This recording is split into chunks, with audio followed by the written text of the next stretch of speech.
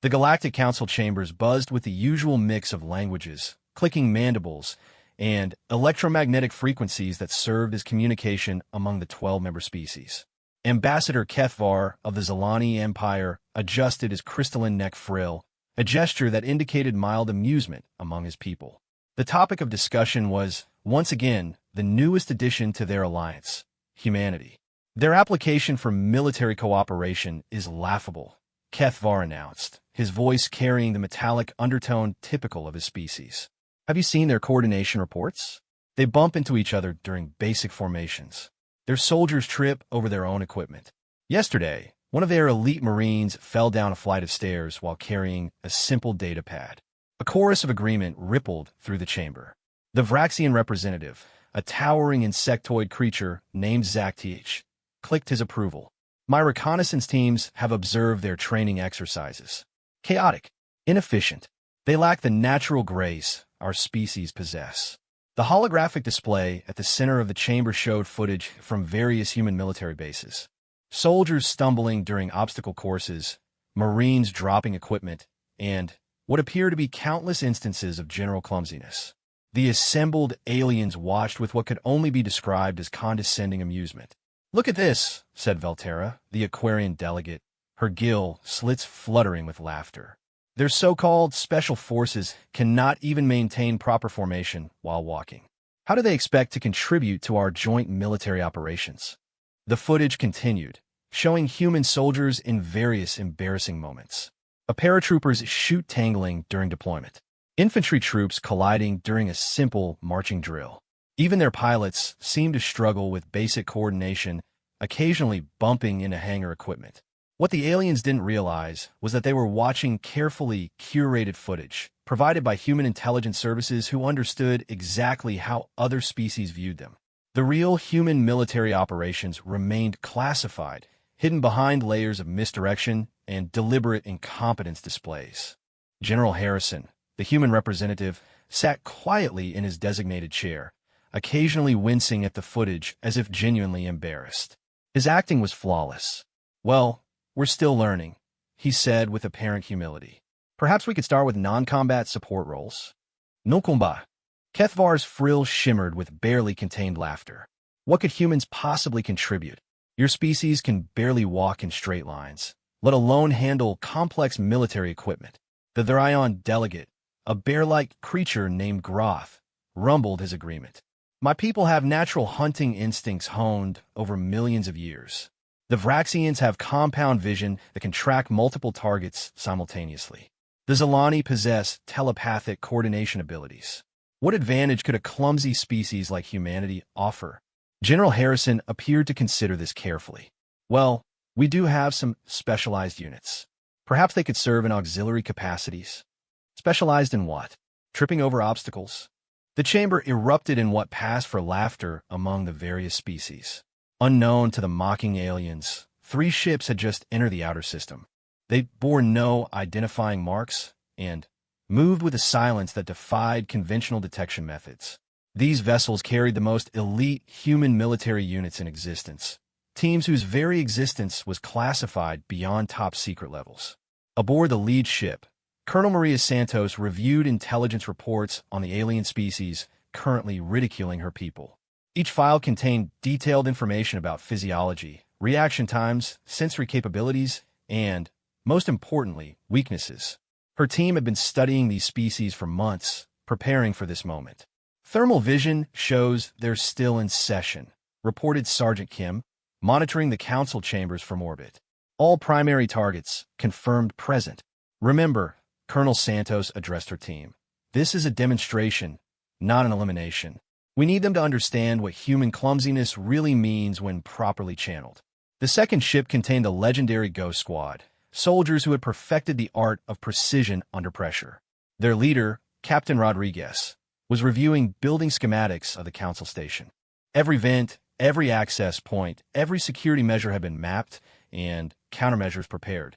The third ship carried what the humans simply called the Proof: advanced targeting equipment, experimental weapons designed specifically for alien physiology, and recording devices that would capture every moment of the upcoming demonstration. Back in the council chambers, The mockery continued. The aliens had moved on to discussing humanity's supposed lack of natural predatory instincts, their poor reflexes, and their general unsuitability for any serious military role. Perhaps we could use them as pack carriers, suggested the Metherian delegate, a slug-like creature whose species prided itself on strategic thinking. Their clumsy hands might be useful for menial labor, or target practice, added Zaktich, his compound eyes glittering with malicious humor. General Harrison's jaw tightened almost imperceptibly, but he maintained his facade of humble acceptance. "We understand your concerns," he said quietly. "Perhaps a demonstration would be appropriate to show you what our forces are capable of." But the demonstration? Kethvar's frill practically glowed with anticipation. "Oh, this should be entertaining. Yes, by all means, show us your elite forces in action." The other delegates agreed enthusiastically, already imagining the comedy that would ensue. They had no idea that the demonstration was already beginning. High above the station, targeting systems were coming online.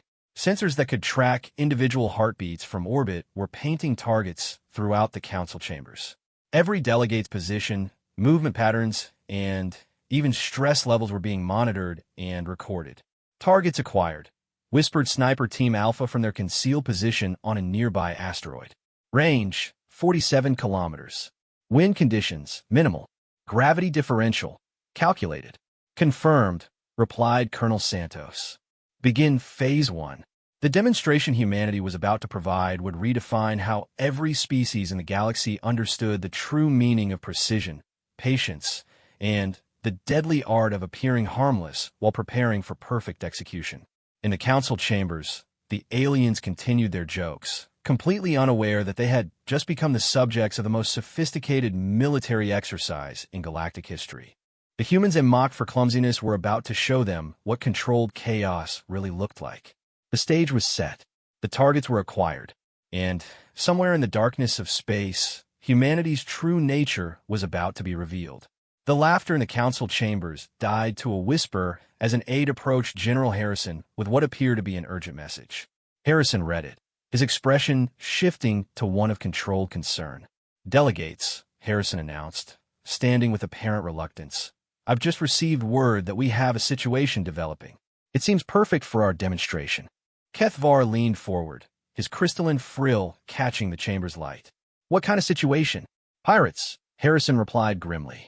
"A fleet of Rakthani raiders has been detected approaching the neutral zone near Kepler Station. Intelligence suggests they're planning to attack the research facility there." The mood in the chamber shifted immediately. The Rakthani were known throughout the galaxy as ruthless pirates whose raids had claimed thousands of lives across dozens of systems.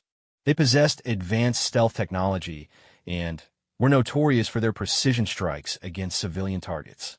"How many ships?" asked Commander Thex of the Altarian Navy, his blue-scaled face serious now. Harrison consulted his datapad.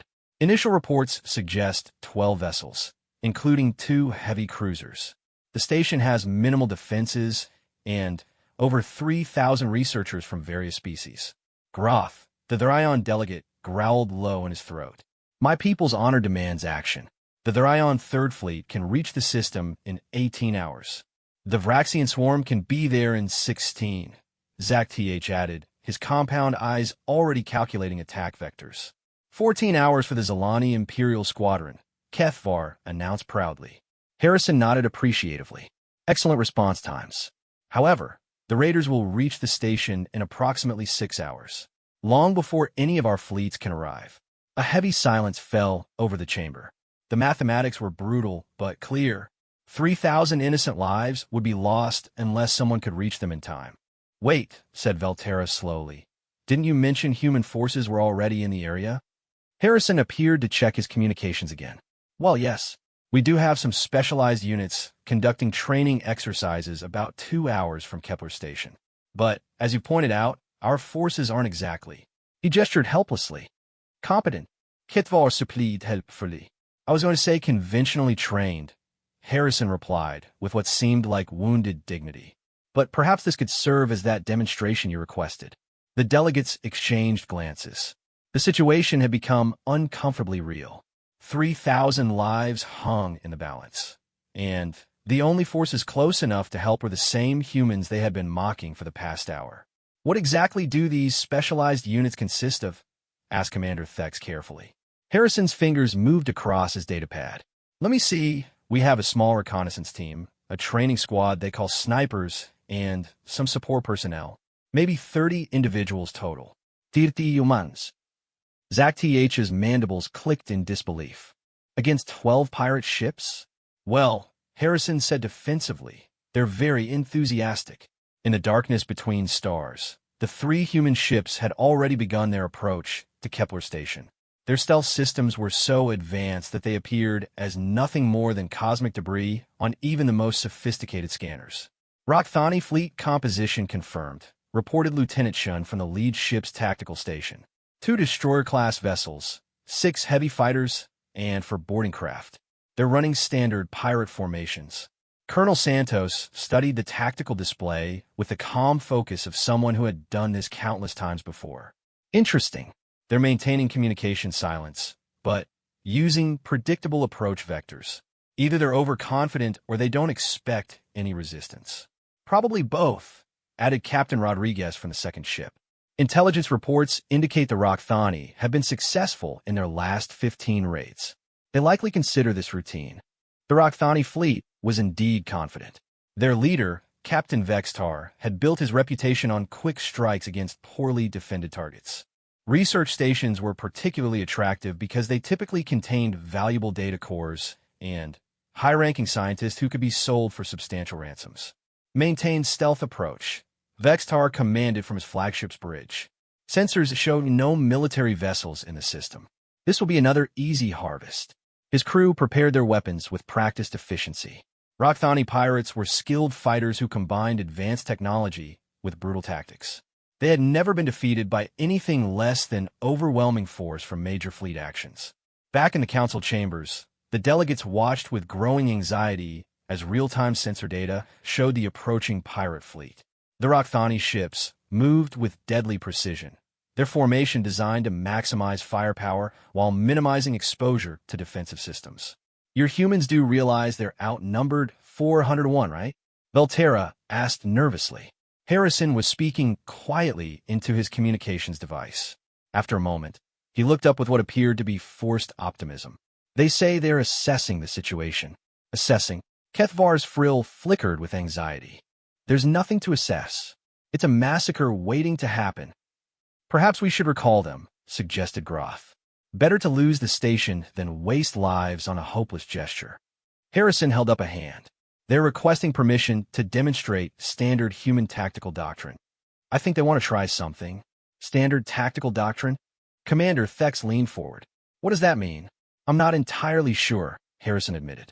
They mentioned something about establishing optimal firing positions and target acquisition protocols. Honestly, it sounds like military jargon to me. Unknown to the watching delegates, those seemingly meaningless phrases had just authorized one of the most sophisticated military operations in human history. 3 decades of research into alien psychology, weapons technology, and tactical doctrine were about to be put into practice. Sniper Team Alpha in position, came the whisper across the communication channels. Their location was a small asteroid roughly 50 kilometers from Kepler Station, perfectly positioned to monitor all approach vectors. Ghost Squad deployed, reported Captain Rodriguez.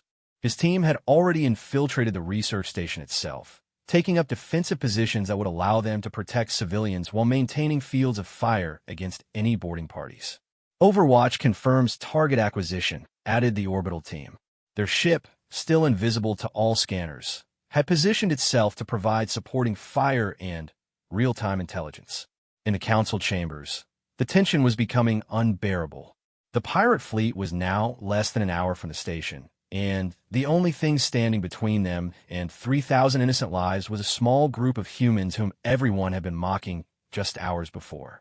General Harrison, Kethvar said urgently, perhaps it's time to reconsider this demonstration. Lives are at stake. Harrison nodded gravely. I understand your concern, but my people have a saying, never interrupt your enemy when they're making a mistake. What mistake? Demanded Zaktich. The Rakthani are executing a perfect attack formation. Harrison's smile was barely visible, but for just a moment, the careful facade of incompetence slipped. The mistake, he said quietly, was assuming that human clumsiness is accidental. The delegates stared at him, suddenly uncertain. Something in Harrison's tone had changed, carrying an undertone they hadn't heard before. It was the voice of someone who knew exactly what was about to happen. Above Kepler Station, the Rakthani fleet had entered weapon range, completely unaware that they had just stepped into the most carefully prepared trap in galactic military history. Captain Vextar stood on his flagship's command deck, watching the sensor displays show Kepler Station growing larger in their approach. The research facility was exactly as intelligence had described. Minimal defenses, no military escort vessels, and completely unaware of the approaching danger. All ships, prepare for standard harvest protocol, he commanded, his scarred face reflecting satisfaction. Boarding teams to ready positions. Target the communication array first, then the power core. I want this operation completed in 30 minutes. His crew moved with practiced efficiency. The Rakthani had perfected the art of quick strikes, overwhelming their targets before any help could arrive. Today would be no different. Sir, reported his tactical officer, sensors detect some minor debris in the outer system. Probably asteroid fragments. Ignore it, Vextar replied dismissively.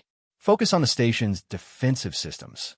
What the Rakthani sensors couldn't detect was that those asteroid fragments were actually Sniper Team Alpha, positioned with mathematical precision to provide overlapping fields of fire across every possible escape route. Their equipment was so advanced that it registered as simple rock to conventional scanners. Target confirmation, whispered Sergeant Martinez through the secure comm channel. Flagship bridge crew identified. Clean shots available on primary command staff. Hold position, came Colonel Santos's reply from orbit. Wait for the demonstration to begin. Inside Kepler Station, the research staff continued their work, completely unaware of the approaching danger. Dr. Sarah Chun, the station's lead xenobiologist, was reviewing samples from a recently discovered world when her communication panel chimed with an incoming transmission. Dr. Chun, this is Captain Rodriguez, Earth Defense Corps. We need you to quietly begin emergency evacuation protocols. Dr. Chun blinked in surprise. I'm sorry, who is this? Earth Defense Corps? I've never heard of that organization. That's intentional, Rodriguez replied calmly. Ma'am, you have approximately 20 minutes before hostile forces arrive. We need all civilian personnel moved to the central core immediately. Hostile forces? What are you talking about? Pirates, Mom. A substantial fleet. We're here to help, but we need civilians out of the line of fire. Dr. Chen's training kicked in. Despite her confusion about these mysterious defenders, she began activating the station's emergency procedures. Throughout the facility, researchers started moving toward the reinforced central sections, following protocols they had practiced but never expected to use. Rodriguez to Ghost Team. The captain whispered into his comm unit as he took position near the station's main docking bay. Civilians are moving. What's our defensive posture? Optimal, came the reply from Corporal Williams, who had somehow found a position that offered clear lines of sight to 3 different approach vectors. These station builders did us a favor with all these sight lines. Back in the council chambers, the delegates watched the tactical display with growing dread.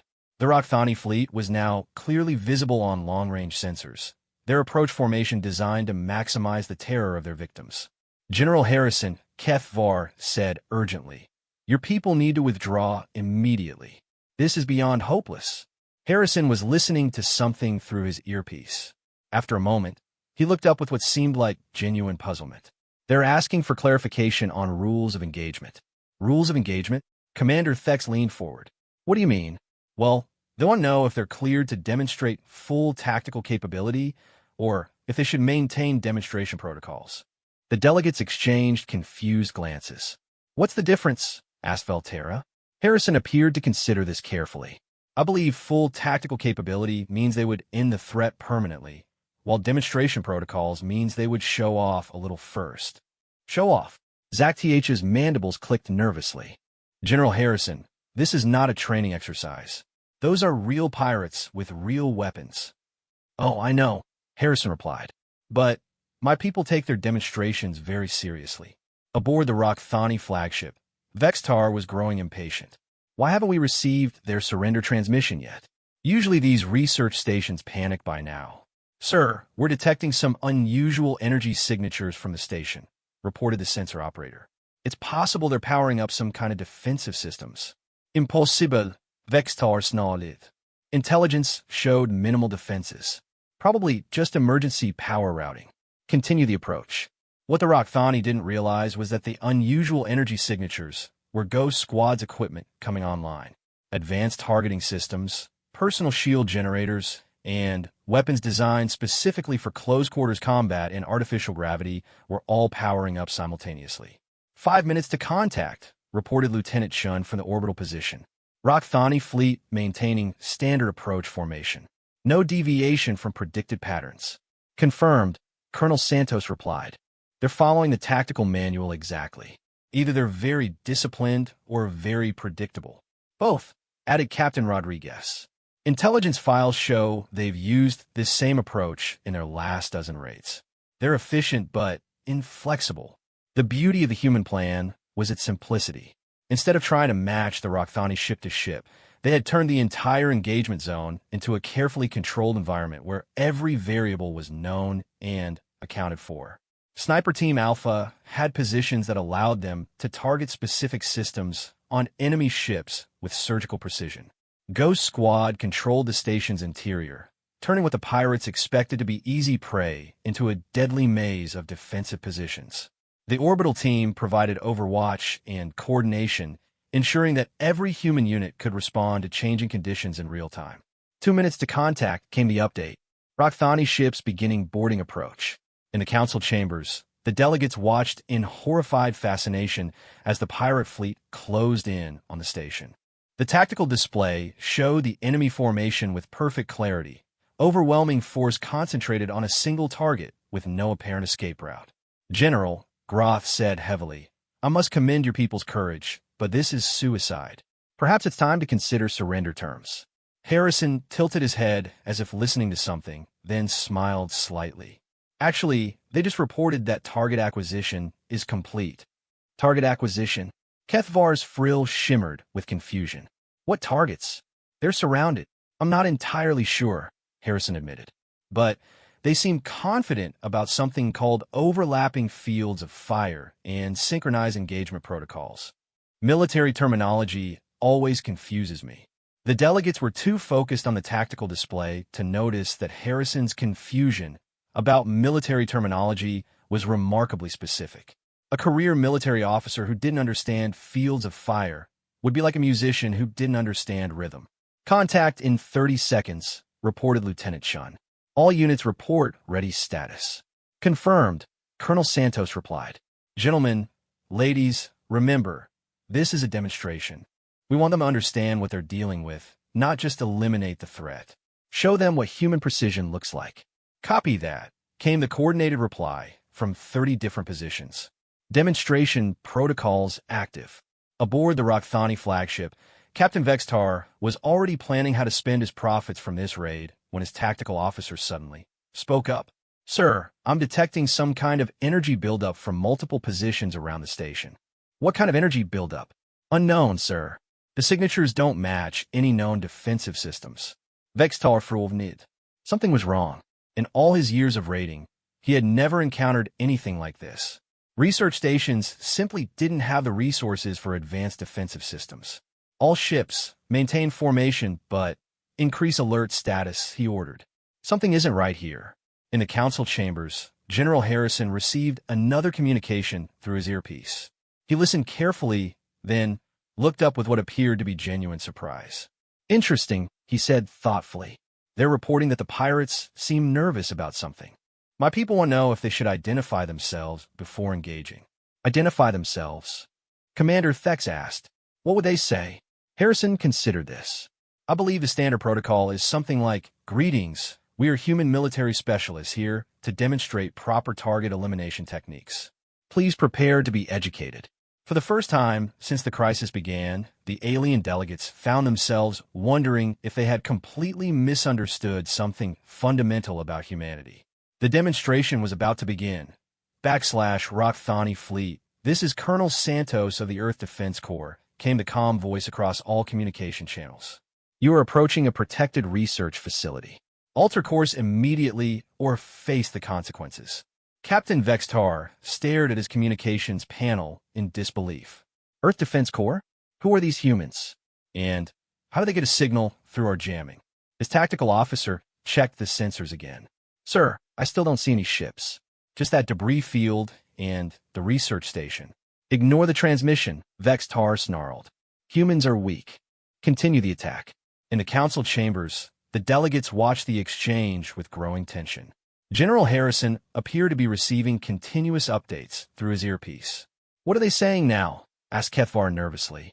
Harrison listened carefully, then shook his head with apparent disappointment. The pirates refused the warning. My people are asking permission to initiate educational protocols. Educational protocols? Velterra's gill slits fluttered anxiously. What does that mean? I'm not entirely sure, Harrison replied. But they mentioned something about practical demonstrations of human capability and hands-on learning experiences. The first indication that something extraordinary was happening came when the lead Rockthani boarding craft suddenly developed what appeared to be a minor engine malfunction. The ship's starboard thruster began firing erratically, causing it to spin slowly out of formation. Engineering reports a precision hit to the thrust control system. The craft's pilot reported in confusion. But sensors show no incoming fire. Captain Vextar's frown deepened. Precision hit from what? There's nothing out there.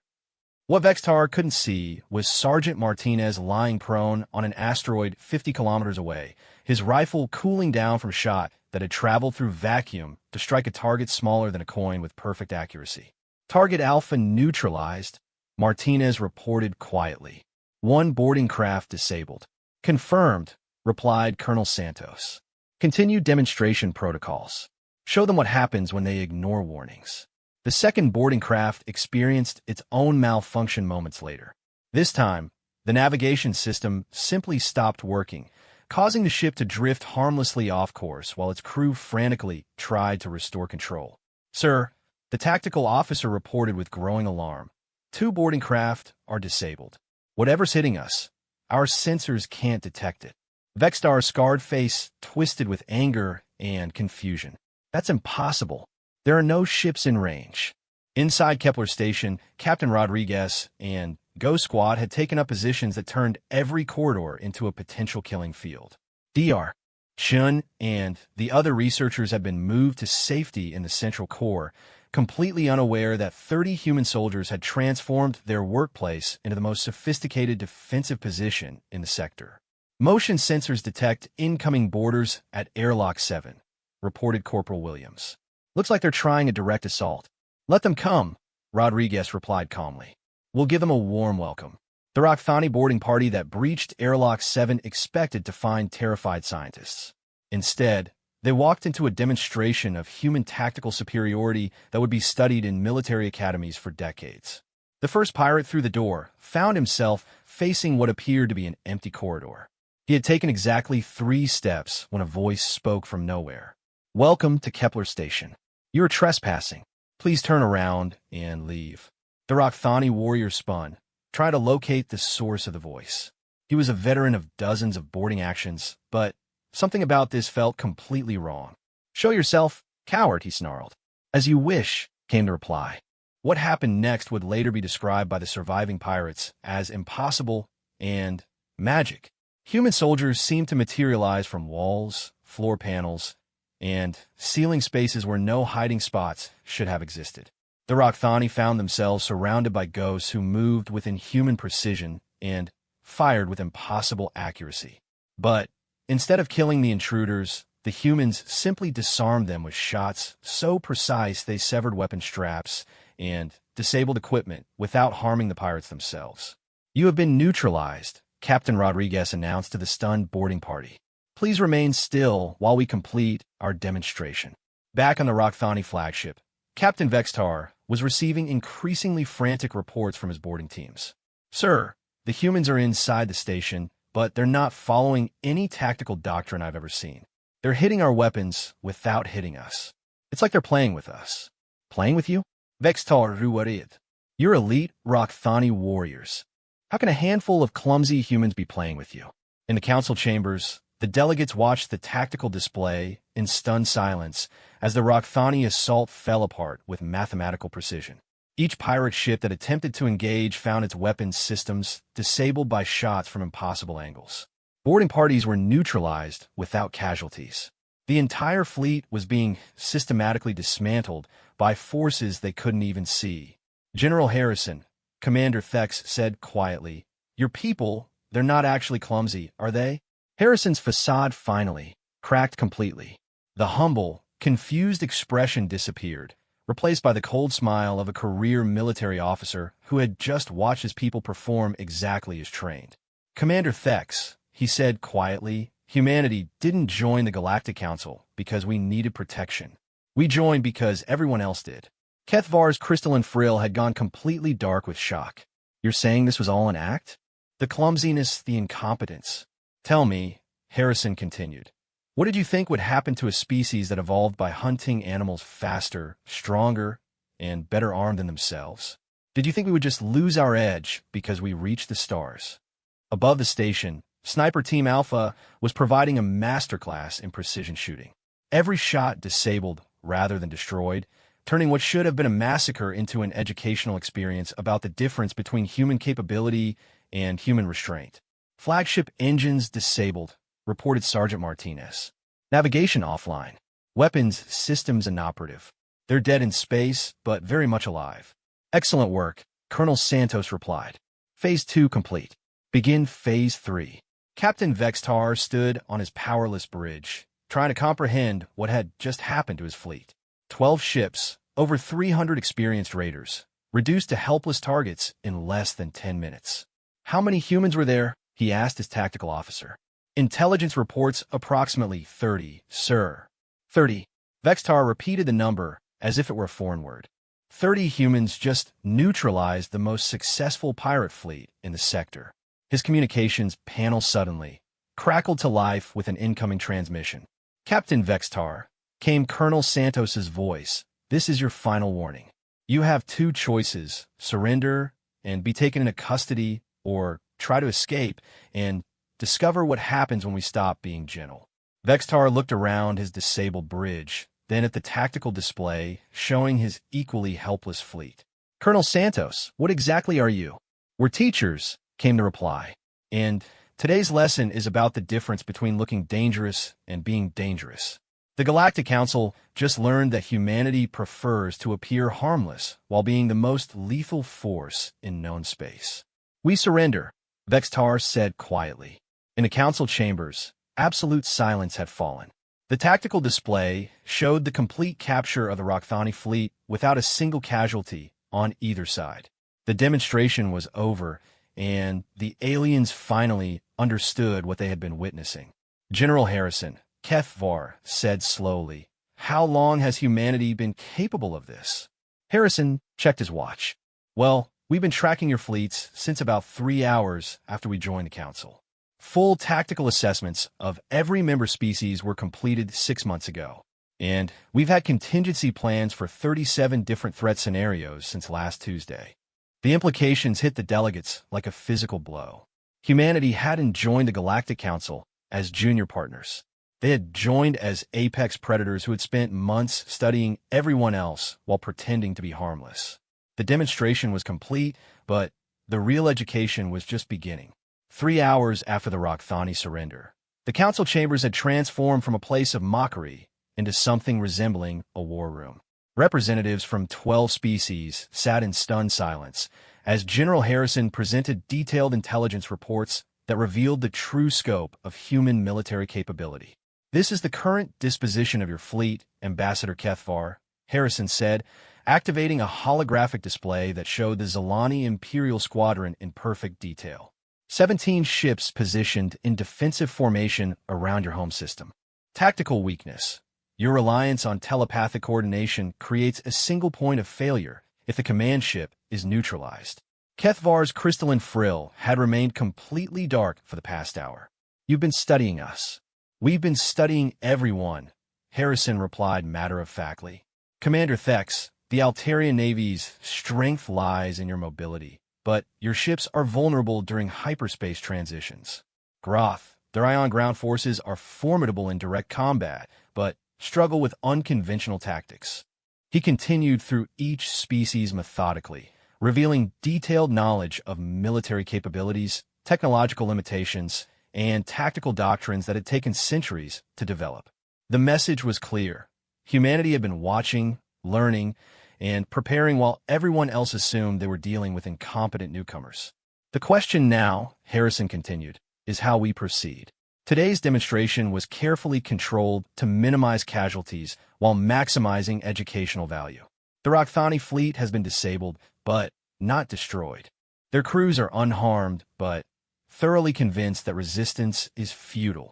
Captain Vextar, now in custody aboard the human orbital platform, was indeed having profound thoughts about the nature of the universe. His interrogation had revealed the full scope of human intelligence gathering capabilities. "You knew we were coming 3 days before we made the decision to attack," he said to Colonel Santos in amazement.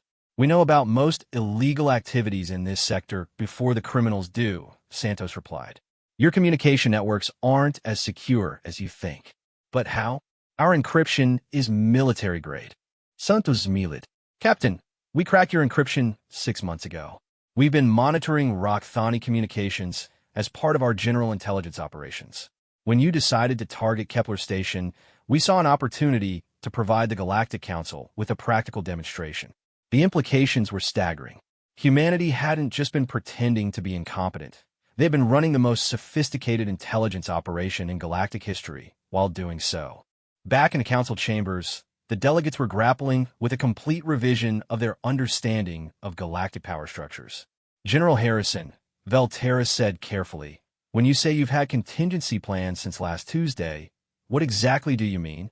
Harrison activated another display, this one showing star maps with dozens of marked positions. "We mean the human forces are currently positioned to respond to any potential threat within 6 hours.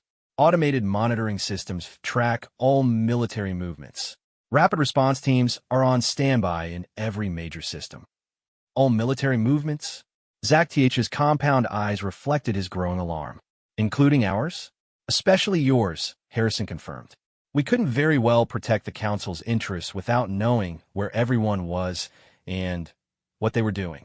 The casual way he said protect the Council's interests sent chills through every delegate. They were beginning to understand that their perspective on their relationship with humanity was completely backwards. "Are you saying," Groth asked slowly, "that humanity has been functioning as the Council's military force without anyone knowing?" "Not exactly," Harrison replied. "We've been functioning as the Council's intelligence service, early warning system, rapid response force, and strategic reserve. The military force part only becomes relevant when someone threatens Council interests." Commander Thex leaned forward. "Define threatens Council interests." Harrison's expression grew serious. "Any action that would harm member species, disrupt trade routes, threaten civilian populations, or destabilize the region. The Rakthani raid qualified on all counts. And if a Council member species were to hypothetically take aggressive action against another member." The temperature in the chamber seemed to drop several degrees. Harrison's smile was as cold as deep space. "Commander, we have contingency plans for every scenario. Some of them are more pleasant than others." The silence that followed was broken by Kethvar's quiet question. "How many of you are there?" "How many humans total?" "About 12 billion across 47 worlds." "No, I mean military." Harrison considered this. "That depends on how you define military. We don't maintain large standing armies like most species. Instead, we have a population that's been educated to function as a distributed defense network." "What does that mean?" asked Valterra. "It means," Harrison explained, "that the 30 individuals who just neutralized a pirate fleet were selected from a pool of approximately 2 million humans with equivalent training. Every human colony, research station, and trade vessel includes personnel capable of military action if required." The implications hit the delegates like a series of hammer blows. They weren't dealing with a military in the traditional sense. They were dealing with an entire species that had organized itself around the principle of appearing harmless while maintaining overwhelming combat readiness. "Why?" Groth asked finally. "Why hide your capabilities?" Why not simply announce your strength and take your place as a major power? Harrison's expression softened slightly. Because, Ambassador Groff, we've studied galactic history. We know what happens when a new species announces itself as a military power. Fear leads to preemptive strikes. Paranoia leads to arms races. Suspicion leads to war. So instead, you chose deception. We chose to let everyone else feel secure while we quietly ensured that security was real, Harrison corrected. Consider the results. In the 8 months since humanity joined the Council, pirate attacks in this sector have dropped by 73%. Trade route incidents are down 82%. Hostile alien incursions have stopped entirely. The delegates realized they had been living in the safest period in galactic history without knowing why. And now, asked Commander Thex, now that we know the truth. Harrison stood, his military bearing finally, visible without the facade of incompetence.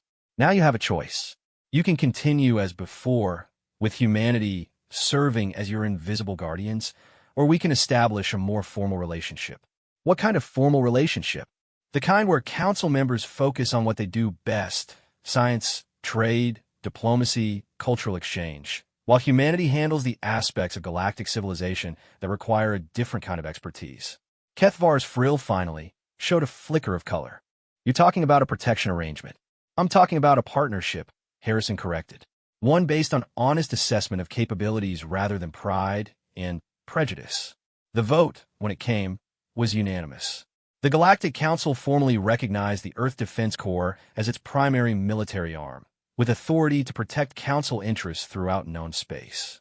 As the delegates filed out of the chamber, each was handed a small device by human personnel who seemed to materialize from nowhere. "What is this?" Belterra asked. "Emergency communicator," replied the human aide. "Direct line to our rapid response teams. Just in case you ever need a reminder that human clumsiness is actually the most precise force in the galaxy." Later, in his private quarters, General Harrison received a communication from Colonel Santos. "Mission accomplished, General. The Council now understands the true nature of human capabilities." "Excellent work, Colonel. What's the status of our new role?" "Officially, we're the Council's military consultants. Unofficially, we remain exactly what we've always been. And that is..." Colonel Santos's voice carried a note of quiet satisfaction. "The reason everyone else can sleep safely at night, whether they know it or not." As news of the demonstration spread throughout the galaxy, the perception of humanity underwent a complete transformation. The clumsy species that had stumbled into galactic civilization was revealed to be something far more significant. The apex predators who had chosen to protect the galaxy rather than dominate it. The Rakthani pirate fleet became a traveling exhibit of human precision, their disabled ships serving as a reminder that the universe's most dangerous species preferred to appear harmless. And, somewhere in the darkness between stars, human ships continued their silent patrols, ensuring that the galaxy remained a place where research could continue, trade could flourish, and civilization could grow, all while the civilized species remained blissfully unaware of the predators who guarded their sleep. The demonstration was over. The education had just begun.